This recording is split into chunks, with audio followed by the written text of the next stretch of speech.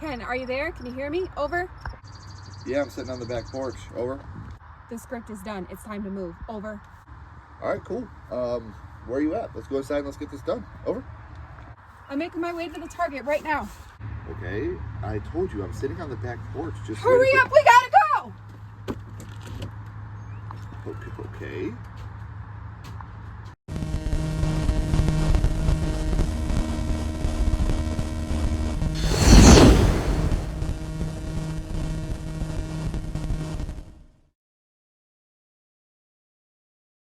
Welcome back to Sledgehammer Horror, guys. I am Ken Sledge. And I'm Ashley Sledge. And let's talk horror. So today we're going to do our review on 2018's Summer of '84. So a little summary about the film. A young teenager named Davey, he starts to suspect that his next door neighbor, who is a police officer, is a serial killer. So he's a little conspiracy theorist himself. So he gets a bunch of his friends together and they see what they can figure out about this next door neighbor. So if you guys haven't seen this movie, I know we say this a lot, make sure you go and watch this movie.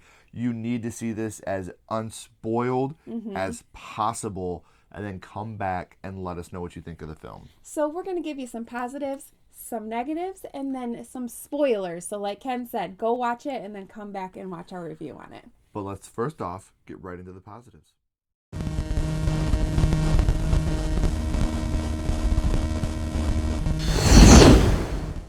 Some of the positives, the settings in the 80s, it feels so nostalgic. The kids are outside playing, they're riding their bikes, there's no technology that took over. It just really reminds me of being a kid, and I just really love that about this movie. And feeling like a kid when you hear the soundtrack. A lot of the soundtrack, I feel like I'm riding in the backseat of my mom's car, or, you know, when they're at the bowling alley, the things that we used to do. We used to be on bowling leagues every weekend. So the soundtrack and then the score itself is so amazing. The score really enhances a lot of this film. So huge shout out to the audio production on this whole crew. It was so fucking amazing. Absolutely. The actors are all really great as well. You really got to give it up to these kids though, because they hold this movie up. You have Graham Vershare, Davey. He was kind of like the leader of the pack. You have Judah Lewis as Tommy. He was like the hard ass, but he joked about everything. You have Caleb Emery as Woody, and he was like the best friend to Davey, and he always had his back. As well as Corey Gruder Andrew as Faraday. Oh, Faraday. He was just the smart one and always knew what to do. And it just, their friendship, it just really seems real. Like they're these just young 15-year-old kids just hanging out, and I love their friendship. Every single one of these characters seems extremely realistic. Yeah. From the way they talk, the way they act. We've all had friends that were each of these. Each of I them. had a Davey. Yes. I had a Faraday. I had one of all of these in my group growing up. And You so were that's the another Tommy. thing. I was totally the Tommy. And then you get nods to things that we love in the 80s, like the Spielberg line. How am I supposed to become the next Spielberg if I don't practice? But you don't only get nods to Spielberg. You also have a part where they're in there and they start talking about a movie that we all love. Now, if it was Gremlins, I'd buy it, maybe. I still gotta see Gremlins. So you get some Gremlins love as well. I love that. Like that, it was playing at that time, and they wanted to go see it in the theater. I just love that part so much. One thing I love about this movie, and I respect a lot about this movie, is yes, it takes place in the 80s. It doesn't beat you over the head with it. Yeah. There's a lot of movies that, yes, it takes place in the 80s, so that's everything about the movie. This isn't it. It feels very accurate. It feels like it takes place in the 80s. It all feels so well done, but it's not beating you over the head with the fact that this is the 80s and it's a better time. Yeah. It's just a movie that takes place in the 80s, and it works. It absolutely does. The plot is also amazing. It's realistic. Like this could actually happen in real life. There's killers everywhere. You know, your neighbor could be a killer. You know, so right. And you know, like we said, they're spying on their neighbor. You know, trying to figure out if this guy is a killer or not. The Cape May Slayer, and Mackie, who is the neighbor. The movie is so suspenseful, and one of the best scenes in the whole movie is Davey he has his binoculars, you know, and he's spying, looking out the window, and as he's turning, you see him and Mackie lock binocular eyes with each other. It's like your heart sinks with his heart. Yeah. Like when he falls to the ground, so he doesn't see him. It's like your heart's just pumping. And that ship's already sailed there, buddy. Yeah. He's seen you. There's no way. There's no going back. Mackie's seen you at this point. So that's just one of those scenes that it gives you anxiety as you're watching. And then the feeling of being a kid. When you're a kid, one of the scariest things is when you're doing something wrong and you get caught. Yeah. And for him to get caught by somebody spying on him, whether the guy is doing wrong or not, we don't know. Right. But either way, Davy's been caught no matter what. So yeah. And he looks suspicious, so it's like, why are you watching me, kid? Right. This movie, it gets a lot of hate for the ending, and I'm not going to spoil it here. I don't understand it though, but it's very shocking. I will say that, and it does make you sad In the best ways. In the best ways, and I do not understand the hate for the ending of this movie because it's absolutely great in my opinion. Right. There's an amazing Easter egg in this movie that I love as a gamer. A lot of you guys may not know this. I grew up a hardcore gamer. I spent a lot of time in the arcade. I have a Super Nintendo controller tattooed on my leg. And when the boys are at the bowling alley, you can see a Polybius arcade cabinet right next to him with an out of order sign on it. If you guys don't know the story of Polybius, I didn't know. He had to explain it to me. after this, I freaked out watching this. I was like, is that a Polybius arcade cabinet? I was like, it looks like it, yeah. Go check it out. I also have a link down in the description for some of the Polybius backstory. That way you guys could check it out. So make sure, like I said, when I seen this, I smiled so big and it made my whole day. I already loved the movie, but just a little thing like this, and they never draw attention to it. They don't talk about Polybius. They don't do anything like that. It's just a little Easter egg for gamers, and I gotta commend them for this because it's a great, great Easter egg in the film. So, like I said, I got a link for the Polybius story down in the description. But for now, let's get over to some of our negatives of Summer of '84.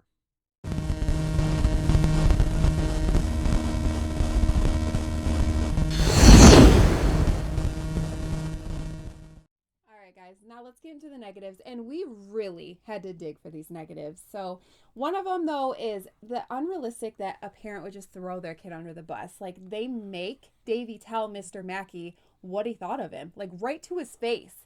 And I understand, like, one thing, yes, absolutely apologize to your neighbor. You destroyed his yard. But he made him tell him that he thought that he was the killer. All right. So I just felt like that was unrealistic. Like, no parent is going to just throw their kid under the bus like that.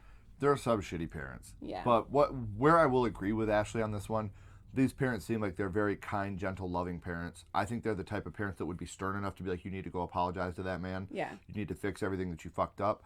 But I don't think that they would have gone the extent that he did. Like, tell him what you think of him, you know. Right. So Right. But we'll talk more about that later. yeah. When Davy's friends bail on him and then he breaks into Mackey's house, you keep thinking that, Mackey's going to find him. Yeah. Well, it intensifies the fear of Mackey because he doesn't really have his friends to lean on. They're supposed to be his best friends. And it seems like after everything they've been through, yeah, they're mad at him. But when Faraday goes back to him and he's like, yo, it's over, it's done, the dirt was for this. And again, we're going to talk more about this later. Right. I still feel like they would have been like, hey, yo, you guys made it out, right? Hey, we're done. Yeah. This is over. So, that's one thing where I feel like, even though they were mad at him at a point because they all got in trouble. Yeah. Because it wasn't just Davy who Davy's dad made go talk to Mackey. Yeah. It was all the boys. It was all of them. So, But still. yeah, they're mad at him. Your best friend. But I still think they would have been like, yo, did you get out of there? Like, I think that's how it would have went there. Absolutely. So I kind of feel like it's weird. Nikki, she thinks this is weird. I think this is every teenage boy's dream. Nikki, the babysitter, so just a couple of years ago, she was babysitting Davy, and now she's like going to him and talking about her parents' divorce. She kind of leads him on and gives him a kiss at one point, and it's just kind of unusual for like an older high school girl to go after like a boy that she was babysitting, in my opinion. I guess, I don't know. Every teenage boy's dream. But but for the girl, it's weird. Well, and she's scientifically the perfect woman. Right. We already know that. We know. Faraday told us she is scientifically the perfect woman. So, and I there is one part that I love. And we'll talk a little bit more about it in the spoilers. But there's a part where Davy and Nikki are together, and the guys are like, "Wait a minute, you guys are actually talking?" And she's like, "Let's just say this. He's more of a man than any of you shitheads ever will be." She walks out. And then she walks out. They're all like, "Davy!" Have your autograph. It's bowing hilarious. to him. Yes. So and she stands on the other side, just smiling for him. Yeah. She did it because she genuinely does love him. So I thought that was cool. But Yeah, so this isn't really any fault of the movie because it did come out around the Stranger Things era. Yeah. You know, but there are a lot of similarities, and especially with the score, with the fact that there's a bunch of kids as the leads. It takes place in the 80s. So this could be a positive or a negative. And again, this is no fault of Summer '84 because we agree this movie has nothing. This is nothing like Stranger No. Things except for the setting. The setting and that like you said, the kids are the leads. But other than that, they're completely different. But for some reason, they always get compared to each other. Right. So, like I said, there's a lot of this that the comparisons I can see, there's no comparison. Yeah. You know what, guys? Those are our negatives. But for now, like I said, if you haven't seen it, I implore you to go watch this movie before we spoil it. This movie is phenomenal. It deserves to be unspoiled. Absolutely. But if you've already seen it, let's see if you agree with what we're about to say in our spoilers.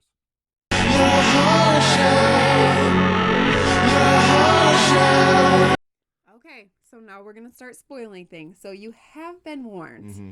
So, in this small town, there's a bunch of boys from the connecting towns that keep disappearing.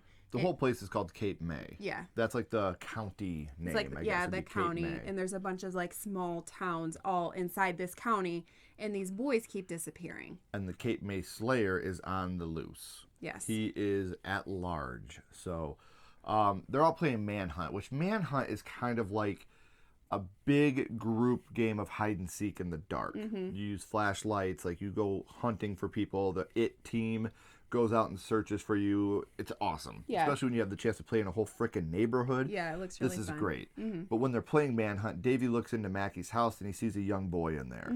And so like he's like, wow, this guy's lived next door to me forever. He doesn't have any family or friends that come over that are my age. Right. You know, so that kind of, you know, that starts to trick his trigger a little bit at that point. So like Ken said, the news, they talk about this Cape May Slayer. So he is still at large, and he has not been found yet. And it's a huge deal in this town. Yeah.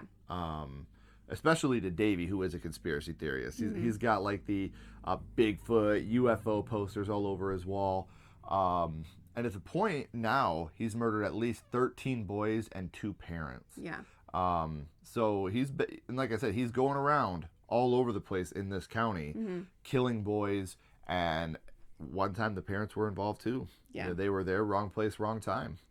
So the boy that was at Mackie's house, he is on a milk carton, and goes missing. And this is when Davey's like, okay, like, This is the boy. what's going on here? Yeah. So this is when he really starts to get skeptical about Mr. Mackey. Yeah, I saw this boy.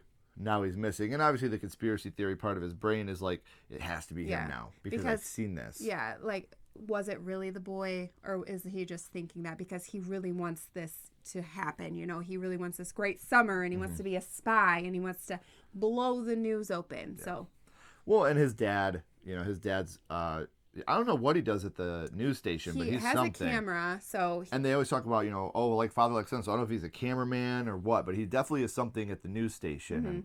And, Davey tells his friends this. And it's funny because he pulls out the milk carton and they're like, okay. Yeah. You're getting your calcium, bro. Good job. But they do start following him. They start, tracking his routine. You see him popping out from the bushes, writing stuff on a notepad, and, sitting behind the car and watching him. So they really start to get a note of his routine and what he does every single day. Yeah. So they get this tip that he goes to the hardware, all the time, and he picks up like 100 pounds of dirt. And so they follow in there. And I love this part because they're driving. He's like, dude, you look 30. Yeah. He doesn't have his license yet, obviously, Woody. Right. And he's still like, dude, you look 30. Calm down. Drive. Follow him. So, yeah, they're following him, and, yeah, they watch him. And he has a pickaxe as well. He bought. So that's a lot of dirt to buy every week. Yeah, that is a lot of dirt for your garden. Yeah. And Kyle's his older brother. He's 20, and he works at the hardware store. He does. So he's the one that tipped him off about how much dirt Mackie's been buying. Right. Well, and then Davey, there's a part where they're breaking into the shed. They're trying to dig up the garden, and they find the boy's shirt, an MTV shirt, and it has blood on it. And so when they're in Mackie's shed, and he's like, got good news, guys. it's time to go tell my parents. Yeah. You know, this is when he's like, we've got him. We finally busted him. Yeah, so they do tell his parents, and the parents do not believe him. They think that they're making this up. I love when he's like, why did you boys go? The mom's like, why did you boys go along with this? Like, we wouldn't have if it didn't make so much sense. And the dad's like, a milk carton and a shirt. Yeah, like that's all you're going on, really? So we already talked about this, but this is when the dad, he makes Davy and the boys go over and apologize and tell Mr. Mackey what they think of him. Right. Well, kind of wasted time, actually, because we find out on the news that night that Mackey actually caught the real killer. So it wasn't Mackey at all. Right. Mackey didn't do it. You know, Yeah. he's on the news. He caught the real killer.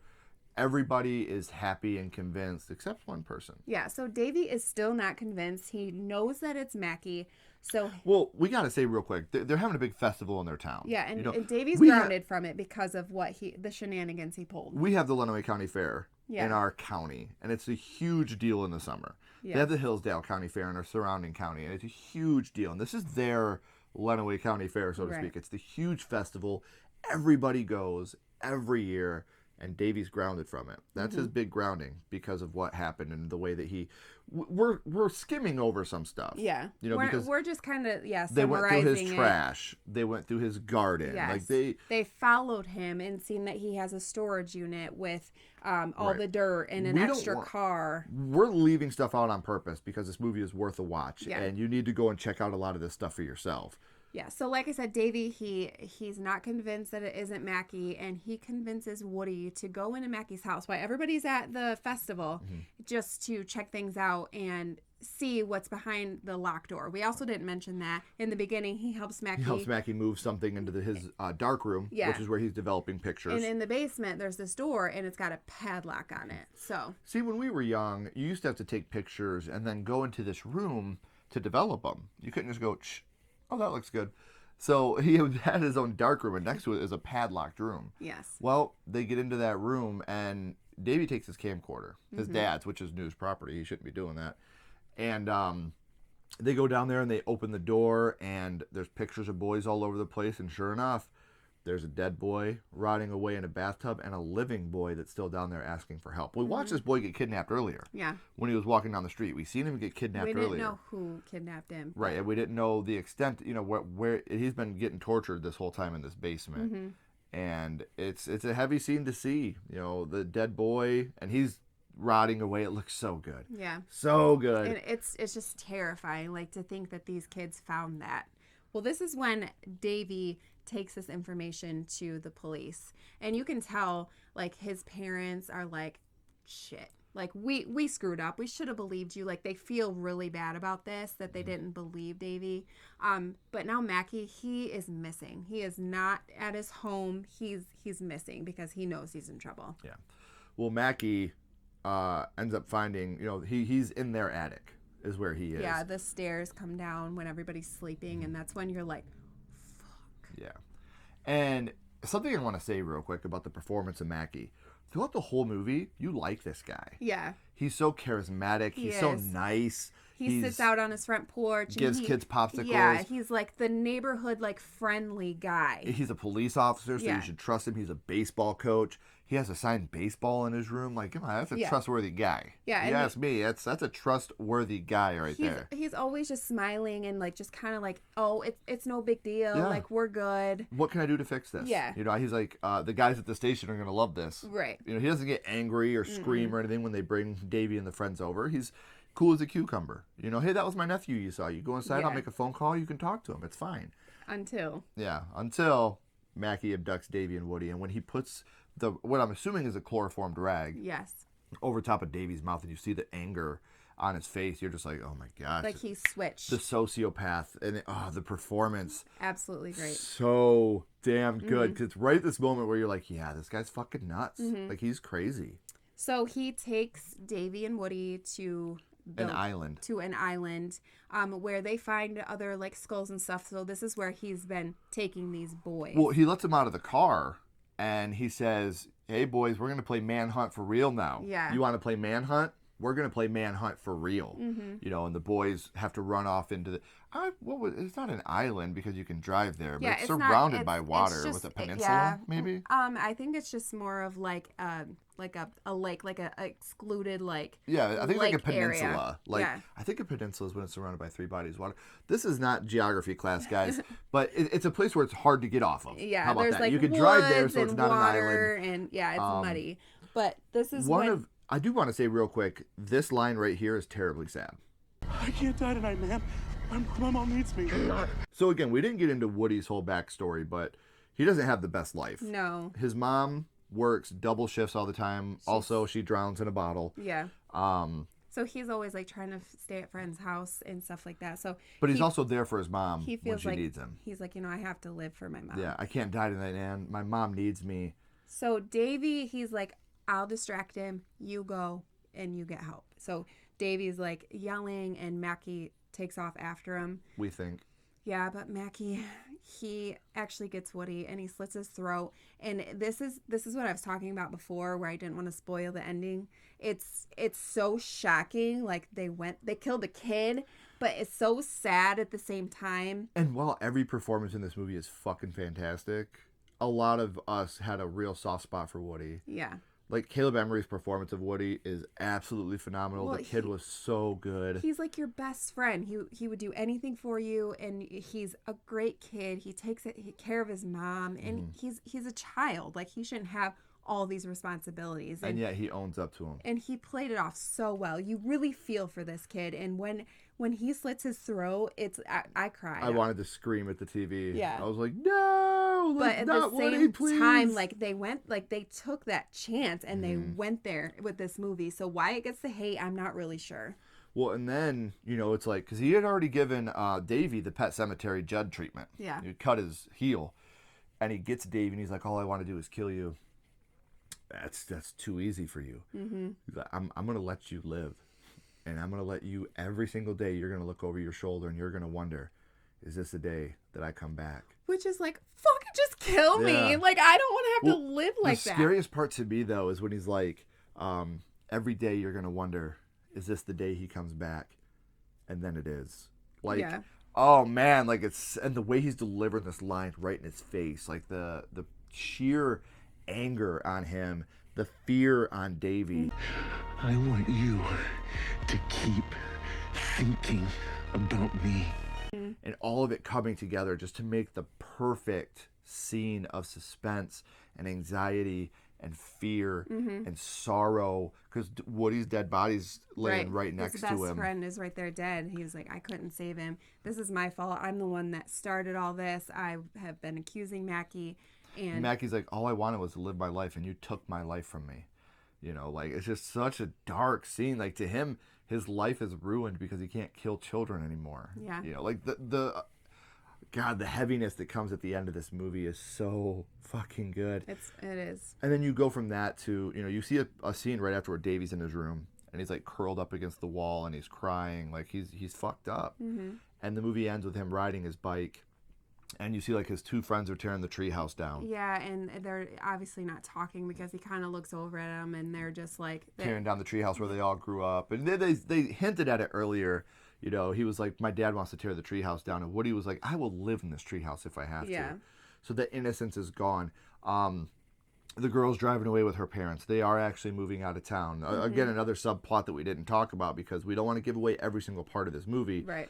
But everything in his life is destroyed now. Mm-hmm. And then it ends with him looking at a newspaper that says the Cape May Slayer is still on the loose. And then you get the title card at the end. Mm-hmm. So, as always, we rank these movies 0 to 5 skulls. So, what would you rank Summer of '84, 0 to 5 skulls? I'm going to have to give it a 5. Yeah. Give it a 5? Absolutely. I really enjoy this movie a lot. We actually I feel like we watch this like every summer just because it's so, the nostalgia of it, and it's just so good. It's an amazing movie, and we had a really hard time coming up with like negatives for this movie because it's just played out so well. The suspense is there. There's actual, you actually feel fear and anxiety, and you feel for these kids. Like, they are fleshed out so good. Like, you feel for all of them. Characters are so good. Yeah, there's not one character to me that's a throwaway. Right. Even like Davy's dad. Like, you still get enough of him to be like, yeah, like, he's a good dad. Like, he is. Like, he's crying, almost crying in the car. He's like, I'm so sorry, and I'm so proud of you, son. For the first time ever in the history of Sledgehammer Horror, I'm giving a movie a 5 out of 5 skulls. What? I love this movie. Like she said, struggling to come up with negatives, that's an understatement. I just think that this is the perfect movie. I love this movie. I cannot say enough positive things about this movie. Matt Leslie, who has been on my first horror movie as well, him and his whole team did something with this movie that I think is so special. And what I love about this movie is this could end right here, and that's fine. Or they could do a sequel down the road a little bit. And that would be freaking awesome. I would love to see a sequel to this. Because Mackie, he's still at large. So where is he at? What could he do? What could possibly happen? I would love that so much. There's so many different directions that this could go. My butt would be plotted in that seat. Opening night. Absolutely. And not only that, but you leave it alone at summer of '84, and it's perfect too. Yeah. So either way, but still, I mean, I kind of am pulling for one. I would love to see a sequel. Don't get me wrong. For those of you out there, let them know. Yes. We want a sequel, please. It's just, this is not only would I say this is a 5-skull ranking. This is my favorite movie of the 2010s. Like, in general, this might be my favorite movie of the 2000s altogether so far. We just wrote a new list of our favorite horror movies, and this shot, rocketed up. We seen it back in 2018. We loved it then. And we were like, you know what? We kept talking about the movie, and finally we were like, we just got to review this movie. Because that's how much it means to the both of us. So let us know down in the comments, what are your thoughts on Summer of '84? When was the first time you seen it, and what did you feel the first time that you had seen it? We would love to know your guys' thoughts and opinions on this movie as well. And if you haven't already, please like and subscribe. It helps to build the channel more than you know. And follow Sledgehammer Horror on social media. Our links are in the description as well. But until next time, keep talking horror. Stay who you are. And we'll see you guys soon. Bye, guys.